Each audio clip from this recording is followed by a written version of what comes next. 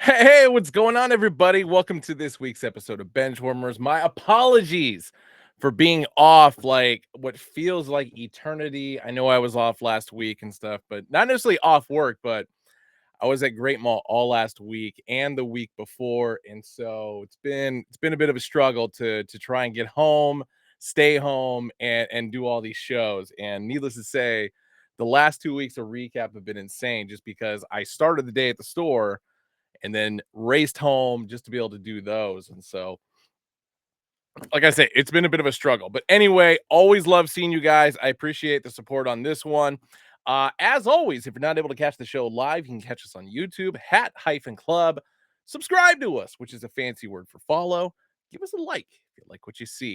JM1620, punctual as always. I love it. Flashfire, best of AZ. Ugly Man Chief, Sub Diego 619, who I know scored on the Padres and the Expos color stories this morning. Logan Herrera. Hold on one sec. I got to read this. What up? What up? I'm about to have the most stressful 3 to 4 hours of my life, so I'll be watching Benchwarmers on YouTube. Yes, because Texas A&M in the championship game of the College World Series. Logan Herrera, who, of course, I lost my bet to in the Super Regionals. So I owe you a hat. Always, as always, let me know what you want, and I will be diligent upon getting it to you. PUMCV, what's going on? An Ugly Man Chief says, Hat-Club sounds lit. Very, very lit. And Sub Diego 619 says A&M should win, which I totally agree with. I still can't believe Oregon biffed it in the Super Regionals. That was probably like the best competition Texas A&M has had in this entire tournament. But as always, Oregon baseball letting me down in the Super Regionals, which is very unfortunate. But anyway, guys, it's been a stretch.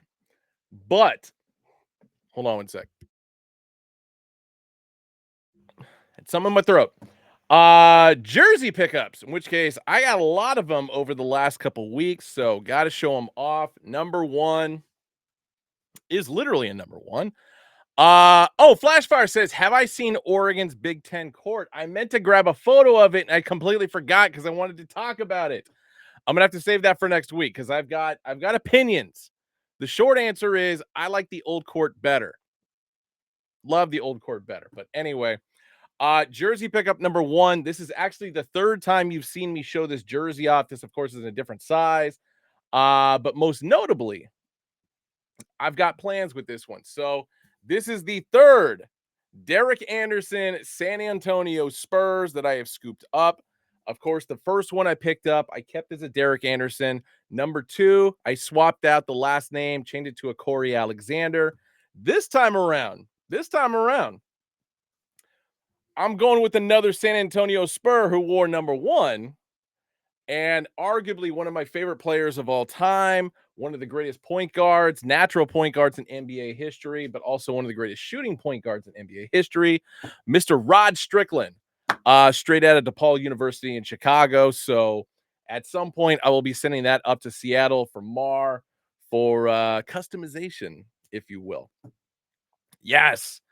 Next jersey up.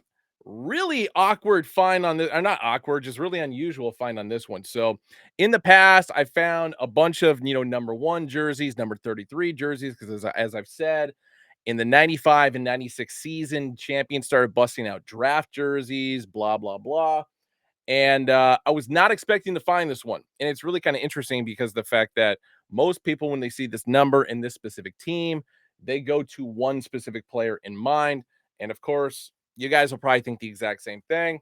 Number 33, Charlotte Hornets. Of course, the great Alonzo Mourning, but of course, this one does not have a name on the back because, once again, as I said, it's a draft jersey.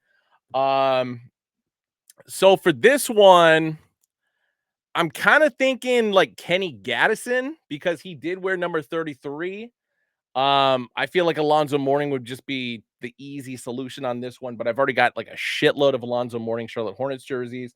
Not necessarily in the pinstripe. I've got the solid white, purple, and the teal. So kind of got to go a different route, and especially based on the era. So more than likely, like I said, Kenny Gaddison, more than likely going on the back of this one. PUMCV says, I thought Ben was going to say Tracy McGrady. Hell no.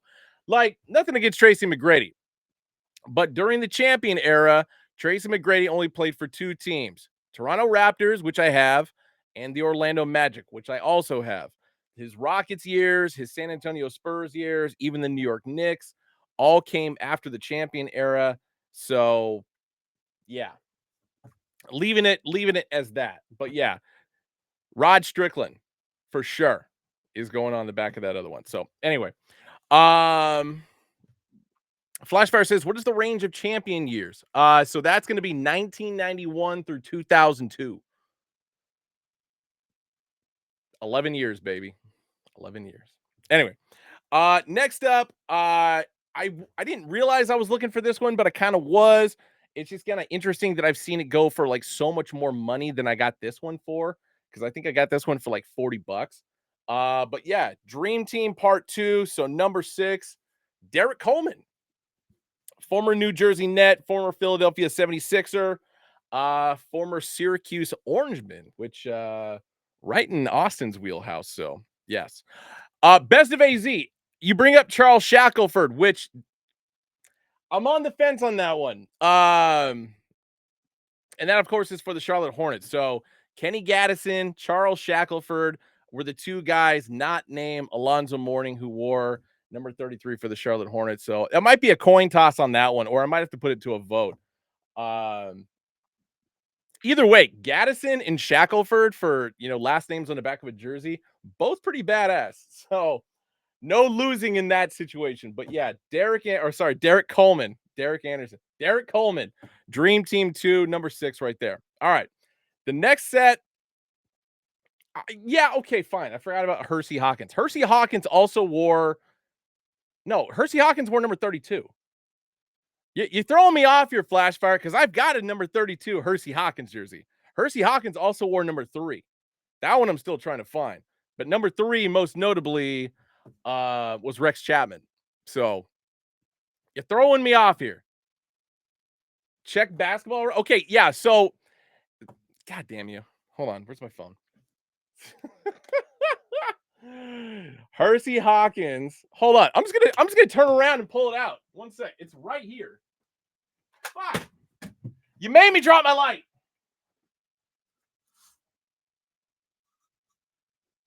41, 25, 32. Bam. Hersey Hawkins, number 32. Suck it, Flashfire. Shit, give me one sec. I gotta fix this fucking light.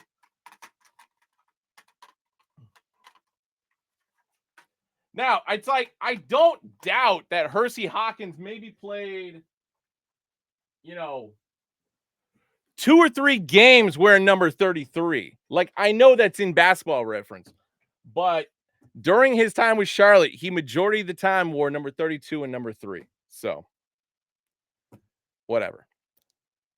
Jermaine Jones was 06. Yeah, it's Hersey Hawkins in 2001. Big deal. Big fucking deal. I've already got a number 32. I literally just showed you the evidence of that. So it's like, there's no reason to go that route, especially considering the fact that it was whatever. Anyway, moving on. So my latest customization order from Marlin came in. I can't remember how much I sent them. It's like 7 or 8. Anyway, so every single one that I sent him this time was either a Cleveland Cavaliers or a Washington Wizards. The next load is going to be nothing but Charlotte Hornets jerseys, in which case that number 33 that we're just heavily talking about is going in the order there. But anyway, got these back. Every single one of these is spectacular. I wore one at the store last week. Yeah, without further ado. Anyway, and the funny part about these, like the majority of these blank ones that I tracked down over the years were like all size 52, which is not the end of the world, but they're kind of roomy. So anyway, first up, number 2, DeJuan Wagner, the high school phenom, scored 100 points in a high school game, got drafted by the Cleveland Cavaliers, only played for a very short period of time in the NBA. But yeah, really had to add this one in the mix just because the fact that good conversation piece right there.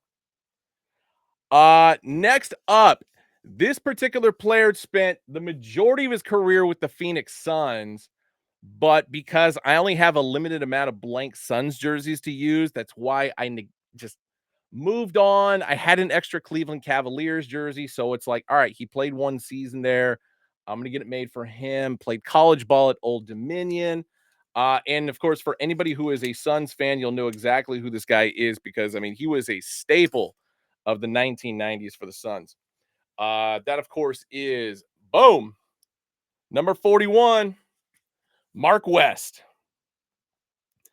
And this one actually is the most impressive one of all of them, just because the fact that this one was completely blank, and the fact that Mar was able to replicate the exact lettering and logo work and such, typeface, whatever you want to call it.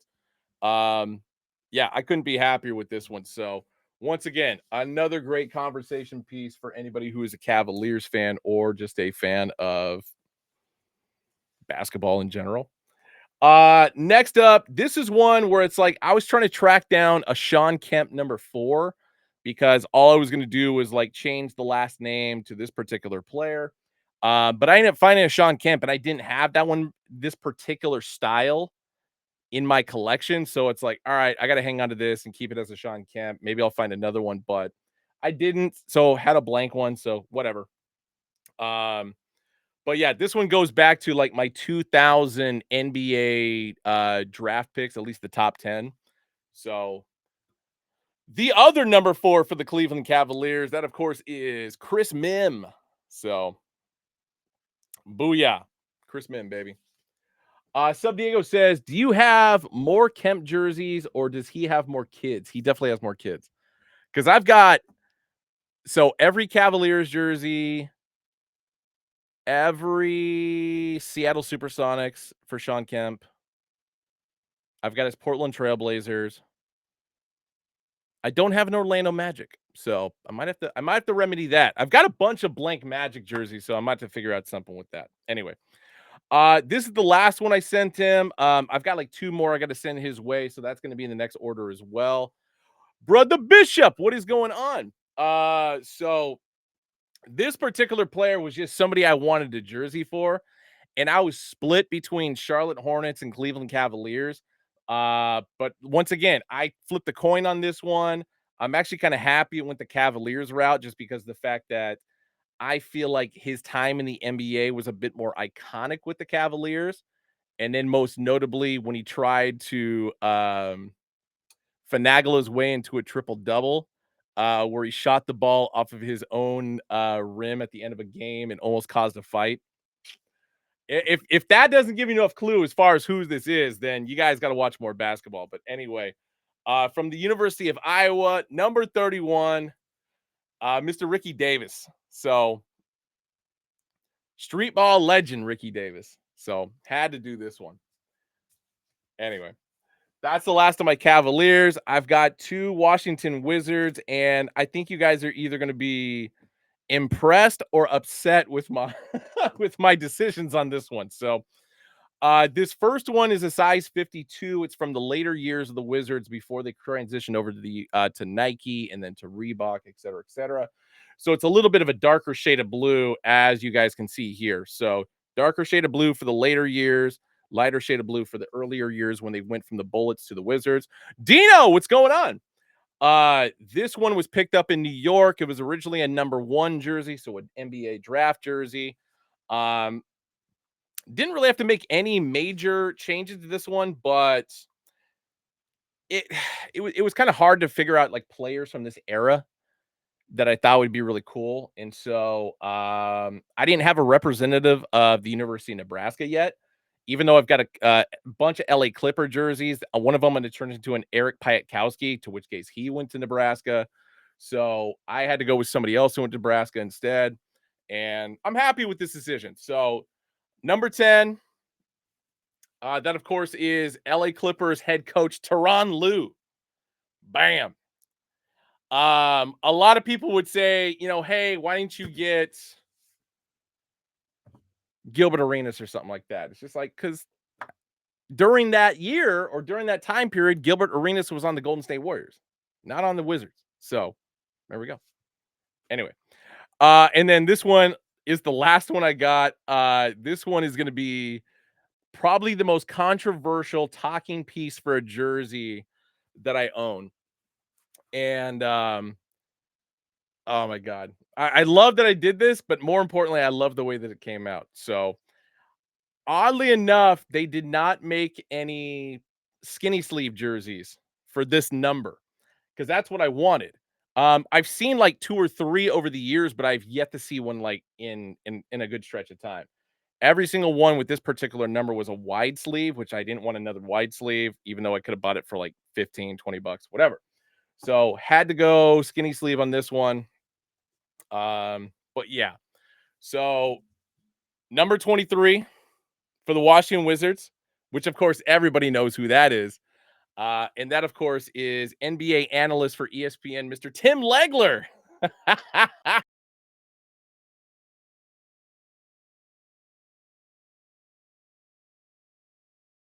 And the Wizards before Michael Jordan play for the Wizards. Tim Legler, who, yeah, talked it straight about the coverage that ESPN gave for the Indiana Pacers and the New York Knicks series. But like I said, this one is going to 100% be a talking point. But I mean, just look at that craftsmanship in the lettering and the numbering, dude. It's so dead on. I absolutely love it. But most notably with Tim Legler, it had more to do with the college he went to. Hold on one second, which I'm spacing on right now, and I don't know why. He didn't go to Lehigh, but it's like a one-word school. Tim Legler, where the fuck do you go to college again?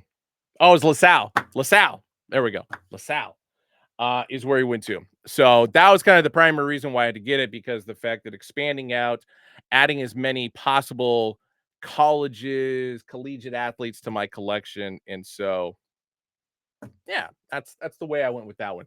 But like I said, during the champion era, like I've seen a couple random Michael Jordans with the skinny sleeves, but for the most part, it was like during that era where everything was just white as hell. And those jerseys are absolutely hideous. And I did not want to have to wear one out in public, but now I got this one. So good times. Best of AZ says wearing that with some J's would be, yeah, I agree with that.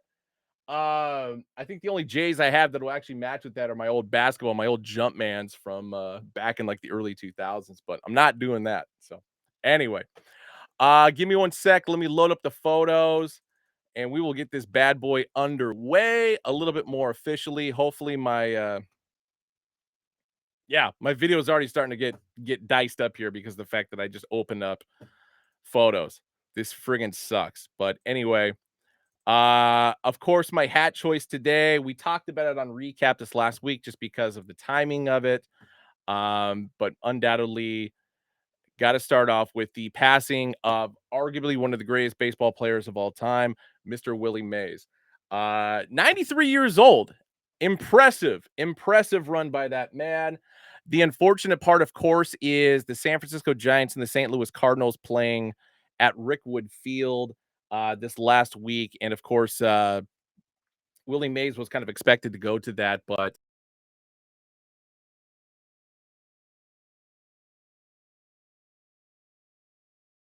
can't go. Clearly, and the weight of his age, and passed away a couple days before the game played. And so would have been nice to see him there. He's been one of the greatest ambassadors for the Giants ever since he retired, but most notably, the crazy part about it that I always kind of go back to with the Giants is that there are times when they're a solid organization, but then there are times where they're just completely heartless. And the most recent, of course, is Brandon Crawford being let go. Now he's a member of the St. Louis Cardinals. Despite, the three World Series championships he won, they kind of did the same thing with Madison Bumgarner. And they did the same thing with Willie Mays. Like, for whatever reason, the Giants organization just, once a player gets to a certain age, they will just straight up move on from them. They just do not care about the team loyalty. And the fact that Willie Mays played for 21 seasons with the New York and San Francisco Giants, and the Giants just straight up let him go. And of course, Willie Mays finished out his career with the New York Mets, to which case made the All-Star game immediately and made a World Series immediately afterward, to which case they lost to the Oakland A's. This goes back to the 1970s. Yeah, I realize, because Best of AZ is mentioning Jerry West.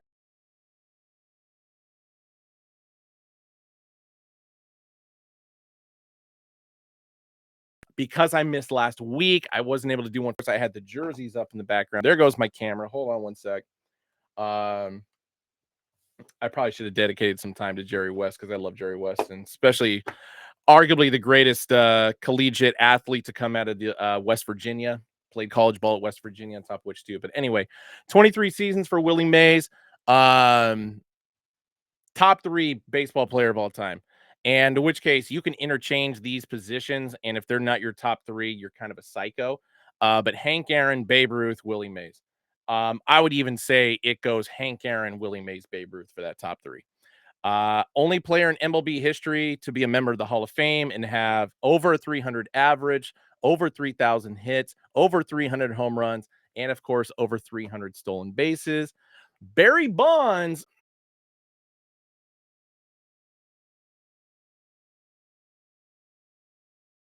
And he went his a little bit, because Barry Bonds 8 average.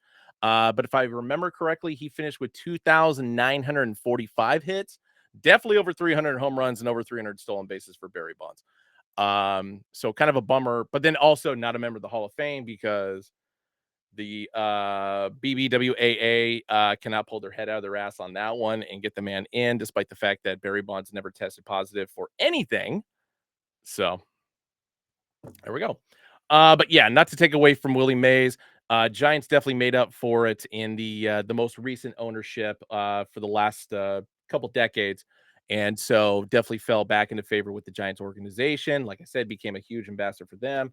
They got the statue built out front of uh, it's funny, because here in the Bay Area, when you say Oracle Park, most people still think of Oakland, because Oracle Arena is where the Warriors played. But you say Oracle Park, and it's like, it's actually where the Giants play, which is why I always refer to that stadium as,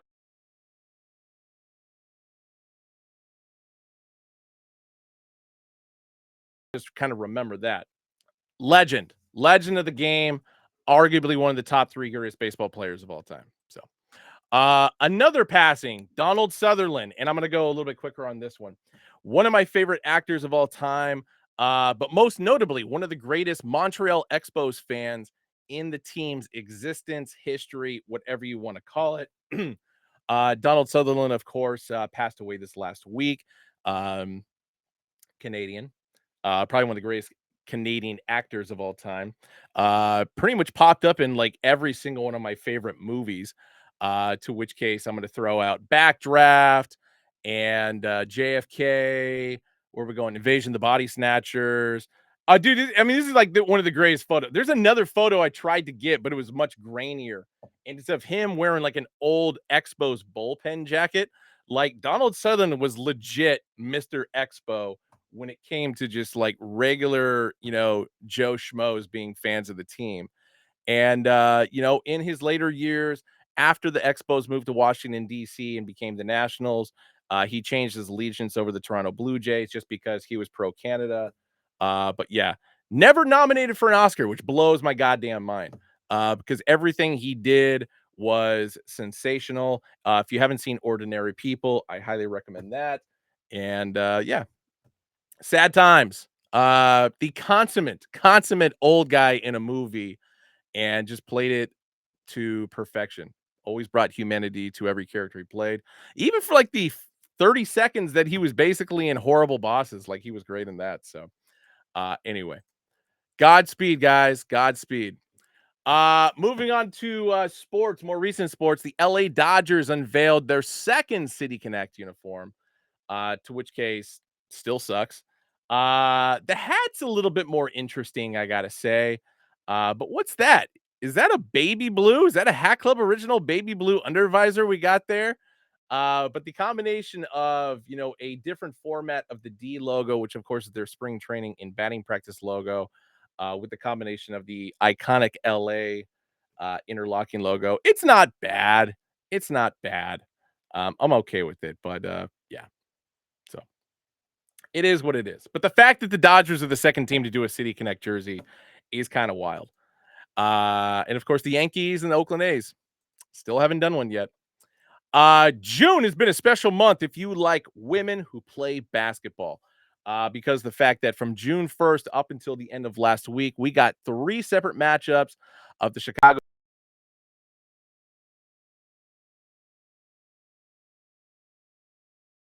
Bird versus Reese and Caitlin Clark. To which case, I love it. I love the drama that's coming with this. Granted, Bird and Magic off the court, great friends, etc. But there is nothing going on, or maybe perhaps Angel Reese and Caitlin Clark are just bringing kayfabe back to basketball, and or they truly hate each other. I don't know. I know either one says that they don't hate one another, but it's like you look at them play on the court, and there's definitely um, a different level of fire that goes on between the two of them. And especially during the second game, which happened about a week and a half ago, when Angel Reese just absolutely cold cocked Caitlin Clark on that layup. And I mean, when we say cold cock, it was like a forearm shimmy. Like she was trying to block it, but just ended up cracking her in the head instead. But Best of AC says, never thought I'd be paying 200 for an NBA ticket for when Caitlin Clark comes to Phoenix. $200, dude. Incredible. I love it.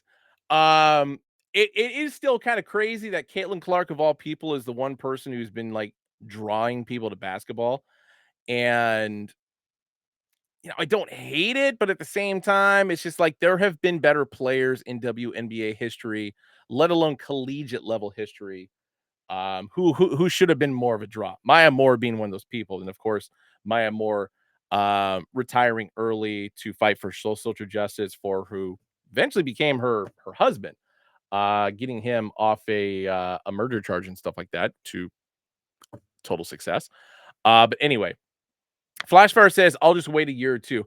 I mean, that's a valid point. I mean, ticket prices eventually are going to go back down.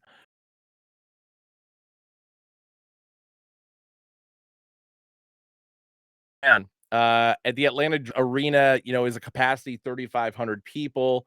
So when the Dream went to Indiana, they ended up moving to, or no, sorry. When the Fever went to Atlanta, they ended up going to where the Hawks play, so they can open up the seats more and get more fans in there.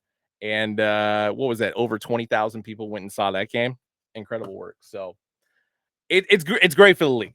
And of course, the one thing that people still talk about, which I brought up a couple weeks ago when they announced the like the women's dream team roster for the Olympics this year, is the lack of Caitlin Clark on the roster. To which case, it's like I didn't see it as a big deal because you want to win the game, you want to win the series, you want to win the gold medal. No rookies on that squad, but I think somebody calculated that the women's basketball program or the Team USA women's basketball program is going to lose like $500 million in sponsorship money by not having Caitlin Clark on the squad. Insane. Absolutely insane. Like there are so many better and talented women on that women's dream team squad, and yet all the focus is still on this rookie out of Iowa. I don't get it. So anyway, best of luck to everybody in that situation. So but here's a breakdown of how the WNBA is looking right now. New York Liberty, of course, on top in the East. Indiana Fever, 7-11. So still plenty of time to turn around. I mean, they're finally getting some wins under their belt, but they need a new coach desperately. Minnesota Lynx dominating the Western Conference, followed by the Seattle Storm. Las Vegas Aces at 8-6, despite all the talent they have on that squad. And of course, the Phoenix Mercury sitting in the 4 spot. But anyway, it's it's a long season. Still plenty of time to shake things up and turn things around. NBA now, NBA Finals. Let me take a swig of my Mr. Pibb real quick. I don't know if you guys agree with this. If you're a Boston Celtics fan, you probably won't agree with this. Arguably one of the most boring NBA Finals ever. Ever. And it was boring to the point where I just kind of stopped watching and I stopped caring about it. And I love basketball and I love the NBA Finals. And it's not because, oh, the Pacers got knocked out in the Eastern Conference, whatever. But for the most part, it just was not that interesting. And, I had said the last time I did the show that Celtics were going to take it in 5, which they did. Mavericks, of course, took a pretty substantial win in game 4, but it just felt like the purpose of that was because Boston wanted to win the title back at home, which they did. Dino says, sad to see my Mavs lose, but congrats to the Celtics. I didn't realize. I thought you were a Knicks fan, dude. I didn't realize you were a Mavs fan. What the hell? Anyway, Luka was kind of like borderline absent in the last few games. I know he was complaining about himself being hurt and whatever. But of course, he announced a couple days ago that he's going to be playing the Olympics, and it's just like, okay. But I mean, that also kind of goes to show how Europeans take Olympic basketball way more serious than the NBA game, and whatever. And then yeah, Kyrie just didn't show up as well. And somebody had asked me about this because before the season or this before the series started, some kid when I was at Great Mall saw me wearing a Boston Celtics jersey and asked what my opinion was, how the series was going to go, one, but then two, how Kyrie was going to do. And if you guys didn't know this, like that game 4 win was like the first time that Kyrie had beaten the Boston Celtics since his time with the Celtics. So, you know, these things happen for a reason. And, it could be cosmic, it could be karmic, whatever. But the fact that Kyrie hadn't done anything against Boston post his short stint with the Celtics, I mean, there's a lot to be said about that. And if you're a gambling man like I am, then you should have been putting all your money on Boston to begin with. So it didn't really surprise me that Boston won the series as I predicted in 5. And once again, 18th world title, quote unquote, world title for the Boston Celtics. So now that breaks up the tie between them and the Los Angeles Lakers.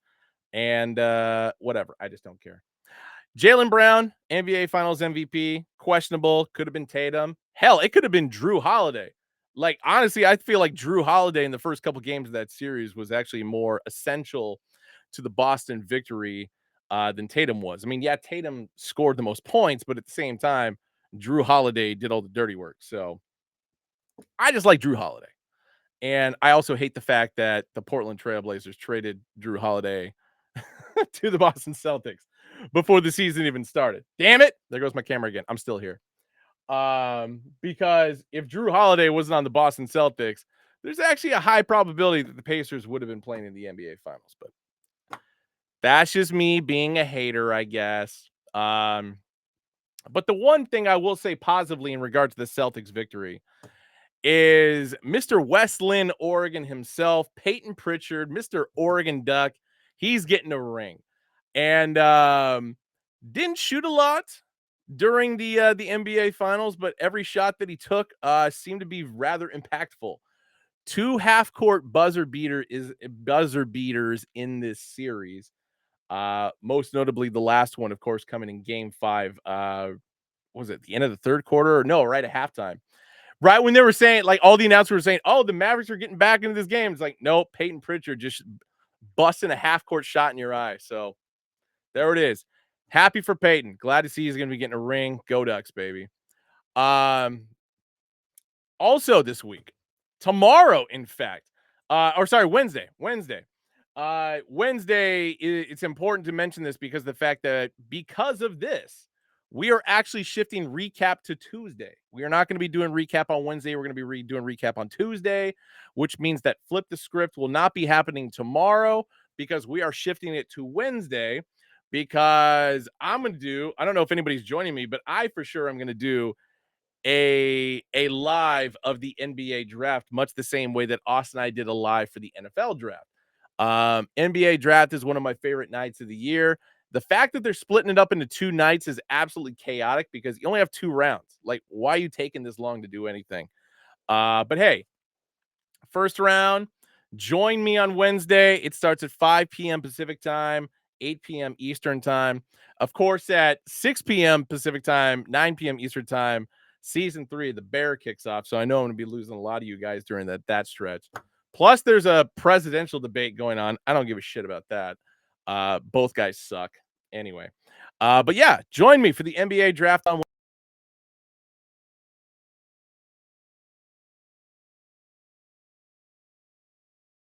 You forgot, of course, with the first overall, going to be taking Alexander Sarr, who is Victor Wembanyama's teammate over in France.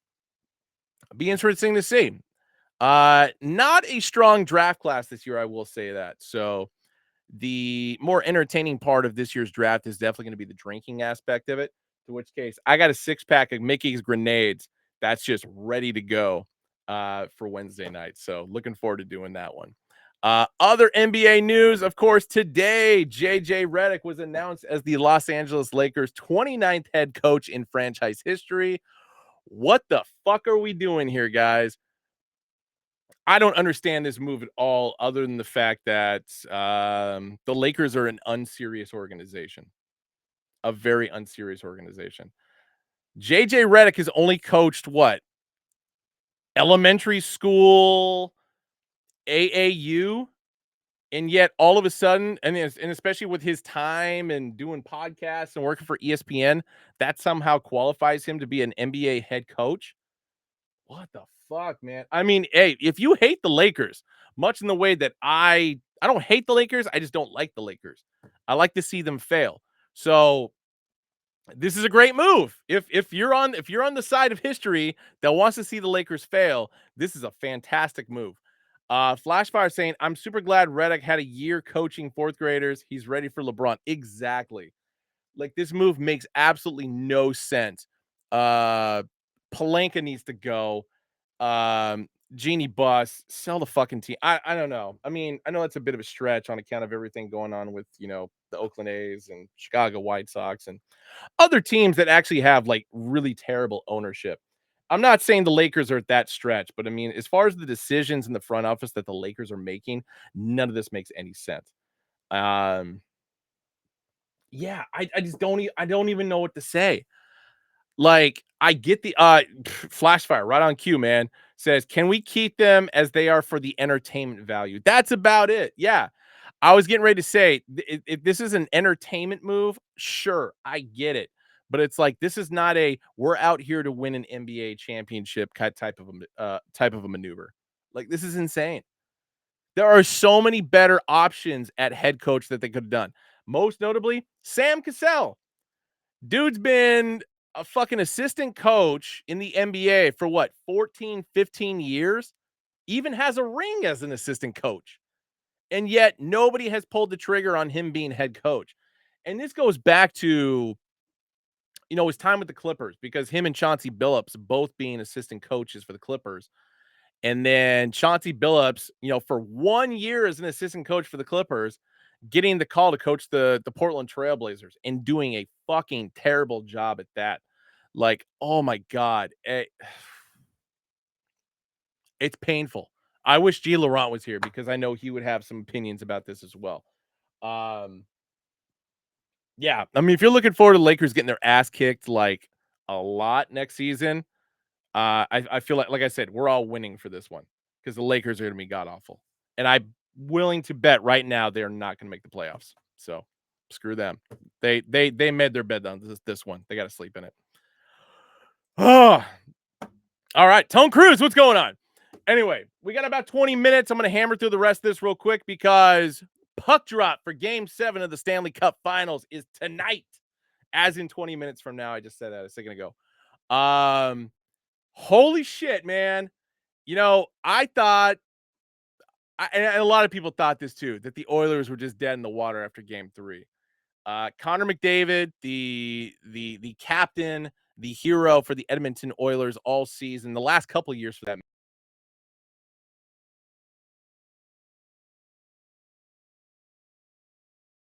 He only had 1 assist in the first. He was out for one of the games just because due to injury. And then a miracle happened. Like Moses parting the Red Sea. All of a sudden, Oilers win game 4. All right, and like handily. Handily. I'm going to show you guys the scores here in a second. Hold on one sec. I got them right here. So, first 3 games, 3-0 Panthers, 4-1 Panthers, 4-3 Panthers. But then you go 4, 5, and 6. 8-1 Oilers. 5-3 for game 5. 5-1 for game 6. Madness. Like, just for whatever reason, just like somebody who was controlling the Oilers was just like, tee hee hee, I was just kidding, ha ha, and just turn the offense on. Like it's crazy how much of a turnaround they had. And granted, in the NHL, there have been 4 previous teams who have come back from an 0-3 deficit. Oilers, of course, are looking to be the 5th team to do that. But most notably with Connor McDavid for the amount of crap that he was getting. Yeah, 1 assist in the first 3 games. In the last 3 games, 3 goals and an additional 7 assists on top of which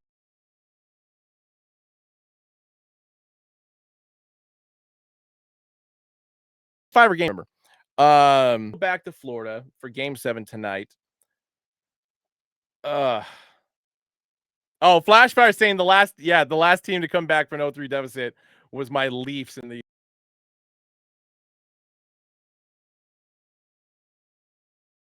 I was totally around for that one. At this point, the momentum, you're not betting on them and you're not rooting for them. Not only you're not Canadian, but you're just not a fan of hockey because I think this is exciting. I'm really looking forward to watching this game tonight. And honestly, I was debating on if this should be a talking point, but it's a very important talking point. Kate, the Oilers fan who, of course, showed her boobies off against the series in Dallas. Really what you can equate this back to was the first 3 games of the series, she was nowhere to be found. And then all of a sudden, after game 3, she pops back up on the internet, actually starts doing interviews. She just did Playboy recently, which of course, Playboy is no longer doing nude pics and stuff like that. They're doing whatever. And doing the interview circuit, et cetera, et cetera, et cetera. And then the Oilers won 3 straight games. So Kate might actually be the missing piece to this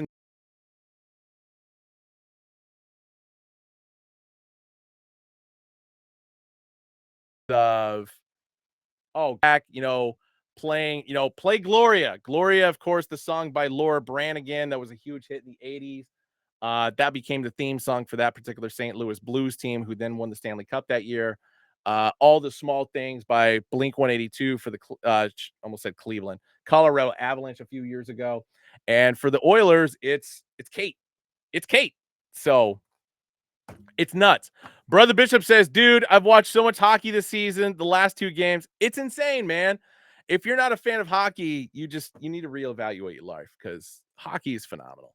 Except when the Leafs lose, then it's just depressing. But anyway, moving on to baseball. Not a lot has changed since the last time we talked. It's not, at least not in the AL East. Yankees still on top. Orioles got within a half a game like a day or so ago, but both teams are sliding. The Red Sox, of course, during this time period going on a heater, 8-2 in their last 10, but they're still 9 games back from the Yankees, which is a great spot for them to be in. The Blue Jays just get worse and worse, and I don't know why I picked them to finish second this year, and I'm really regretting that. AL Central, Twins. The Twins are so hot and cold. They'll have a great 10-game series, then they'll do terribly the next 10. But they're on the up and up, but still 7.5 back from the Guardians, who of course are the top dogs in the AL Central. Royals, Tigers, White Sox, rounding that out. So my picks for the Central are still pretty spot on. Of course, I had the Twins winning, Guardians finishing second, so a little bit of a reversal there. And currently, the American League West is exactly how I predicted it. Mariners on top, Astros finally in second place, getting their shit together. Rangers fall to third, Angels in fourth, and of course the A's in dead last because the miracle of what the season could have been for a 2012 run just seems to be completely gone, and it sucks. And I hate John Fisher and everybody associated with the front office. But anyway, National League East, Phillies on top still, Braves behind, Nationals in third, followed by the Mets and Marlins. Fucking Mets and Grimace, McDonald's Grimace. Like how did that become like a match made in heaven? Like I don't get that. It's been like the craziest thing over the last week. It's just everything going on with Grimace. Uh here's where everything went to shit. Brewers on top, thank God. But then, the Cardinals fall to dead last, and then all of a sudden they go on this absolute heater. And so now they're only 5 games back, sitting in second place in the Central. The last time I did the show, I could have sworn the Reds were in second place. I'm pretty positive they were. But the interchanging between second through fifth place in the NL Central is just maddening right now. But I want the Brewers to win the Central, so I'm perfectly okay with the things are shaking out right now. I'd rather the Pirates finish second. Like that is just that's a heart decision right now, more so than a brain pick. But anyway, last but not least, Dodgers, of course, still top of the NL West. Padres right behind, then the Diamondbacks, Giants, and Rockies. But of course, 8.5 game stretch separation between the Padres and the Dodgers. So I don't know, man. Diamondbacks and Padres, get their shit together, man. Knock the Dodgers off the totem pole. Come on, please, for the love of God. Yeah, and the Padres did just lose to Tatis, which is sad. It's sad. Flashback says, guess you may have seen the Shy Sox losing that game in Detroit on the dude getting doubled off first base. Oh my God, dude. Yeah, I don't even want to talk about that. Don't even want to talk about that. So I'm bringing this up. I haven't talked about home runs at all this season, and so I feel like this is a really good point to bring this point up. So Aaron Judge, of course, leading the league in home runs with 28, which is pretty phenomenal. I think he's got 70 RBI at the moment as well. But you look at the list of separation that's going on there between Henderson, Otani, Ozuna, Naylor, Santander, so on and so forth. So a lot of people tied for ninth spot with 18. So, 10 home runs separating first place to a tie for ninth place is kind of wild, especially this early in the season. But the reason I bring this up is because before the baseball season started, my wife and I, Angela, went to Vegas. And she randomly threw in a bet for who would win the home run title during the season. And I didn't fully understand her pick because, she's a Twins fan. And the person she picked, of course, was starting the season off on the DL. Recipe for disaster right there. But she, of course, I think she put $10 on Royce Lewis. And to which case, like, the odds for Royce Lewis winning the home run title were pretty staggering. So, like, her payout on this, if she hits it, is going to be pretty legendary. But Royce Lewis finally came back from the DL about a little over 2 weeks ago. And what has that son of a bitch done? 10 home runs. 10 home runs in 18 games. 10 fucking home runs in 18 games. And, here we got Aaron Judge with, he's got 28, but how many games have they played? Like, I just had it a second ago. Hold on one sec. How many games have the Yankees played? Gotta go back. 80. 80 games. Aaron Judge has 28 home runs. Going back, Royce Lewis, 10 home runs, 18 games. Dude's averaging a home run basically every other day. And he was on the DL to start the year. That's insane. Like, I know it was a homer pick for my wife to make this bet, but, to kind of put this more in perspective, of course, let's break down the stats a little bit more. Dude Pal's tied for 60th with 10 home runs right now. But most notably, look at his stat line. So last year he hit 15 home runs during the regular season. Granted, he had a monster division series, to which he was just banging out.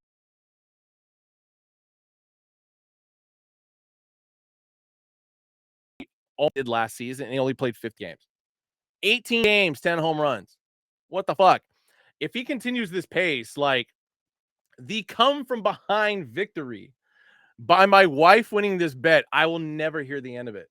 Like, I've made some pretty insane bets that have actually, somewhat panned out, but this one by her is gonna go down as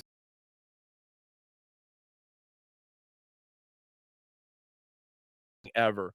The greatest thing I've ever seen her at craps for the first time, and, me throwing 5 bucks on the all talls bet, and in consecutive order, she went 8, 9, 10, 11, 12, and closed that bet out for me, which is a 31 to 1 odds. So she won me 155 bucks in 5 rolls, which is still incredible. So if she pulls this one off, oh my god. Oh my god. I will never hear the end of it. I will never hear the end of it. Madness. On to soccer. This is the great way to finish this show. Did you watch this Italy Croatia game today? Because I didn't. Well, I mean, I did, but I saw it on my phone. I wasn't staying at home because I was busy getting new tires and my oil changed and everything like that. Uh, but oh my god, Croatia stealing defeat from the jaws of victory because they couldn't play defense in the final minute of stoppage time. Oh my god. Now, when I say I hate Italy, I don't mean the country, I don't mean the people, I don't mean the food, anything like that. I'm talking specifically about the Italian soccer team. I fucking hate the Italian soccer team, the national team for Italy so goddamn much. I mean, because I'm an England fan. Like, this is something I have to do. And this goes back to beyond Euros, the last Euro Cup, because they fucking lost in penalty kicks in the final to Italy. Fuck that. It's just the entire history between those two squads in my lifetime and before that. And so I was looking forward to Croatia moving on because that was my prediction that Croatia would move on from this as the 2 spot. Um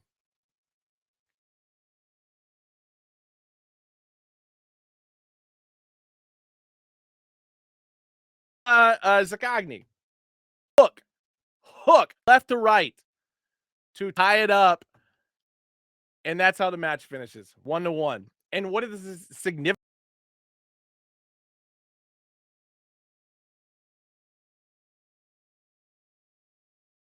Oh my god, this photo is so painful. He was the man of the match, even though they tied. But this is it. This was his last Euro Cup. And so the sad puppy dog eyes and the feeling of defeat is just very strong with this one. But here's what happened. Because of the fact that they drew on the points, one each, um, Italy jumped up to the 2 spot and Croatia is out. That's it. That's how Croatia's Euro Cup run ends. Had they sealed the victory, they of course would have had 4 points. Italy would have been stuck with 3, so it would have been Spain and Croatia moving on from B group. But that's life, man. That's why you got to play a hard 90 plus stoppage time. Unreal, man. But not surprised. Germany, Switzerland, exactly I predicted. Those two moving on from Group A. I had Spain and Croatia, like I said, from Group B. Tomorrow is the final games for Group C. So it's going to be England versus Slovenia and Denmark versus Serbia. To which case, me saying I'm nervous is a bit of an understatement because I am more pissed off than I am nervous in regard to what the fuck is happening with England. Um, I don't know how Gareth Southgate has gone from a guy who could have been or should have been the greatest manager in England history. Um, I mean, his first World Cup tournament, he went to the semifinals. Then his first Euro Cup, he went to the finals, lost to Italy, as I said a little bit ago. Then the next World Cup, they get to the quarterfinals and lose to France, unfortunately. But, for 3 tournaments, 3 of the biggest world tournaments, I mean, world and Euro tournaments, he was on a great run. And then for whatever reason, we get to March of this year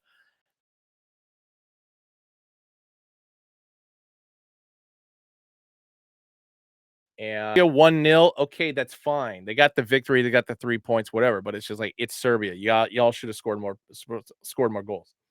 Then the Denmark game, they score early, but then defensive lapses allowed Denmark to knot it up, and so they draw with one goal each. And more than likely, Denmark is going to beat Serbia tomorrow. But to which case, I'm still nervous about that. Like, all England has to do is at least draw with Slovenia. Get just 1 point, and they move on. Just 1 point. Granted, they should be able to get 3 points out of this if they don't win by at least 3 goals.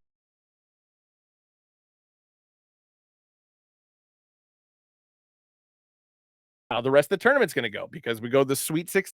It's just terrible. So anyway, Netherlands and France, of course, dominating Group D.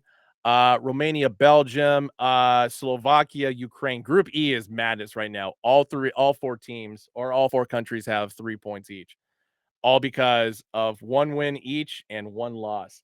So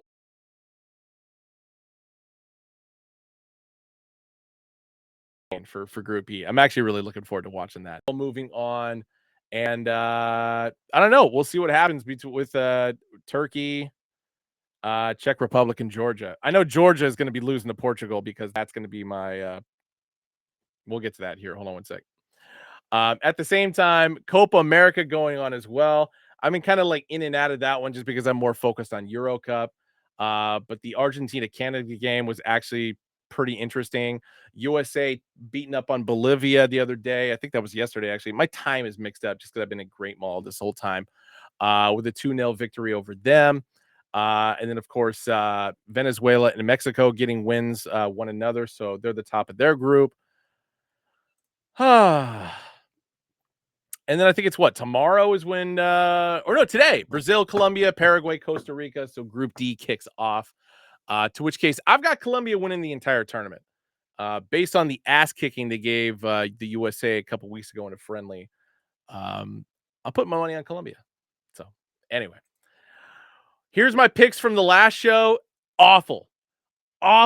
Croatia did not beat Spain. That was my lock of the week. That was absolute failure.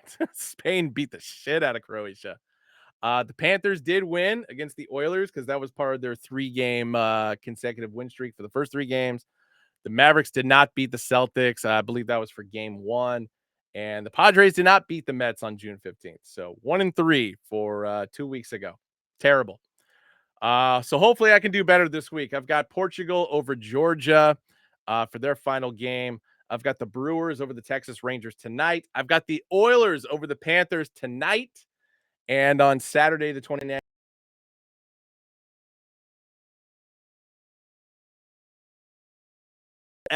action.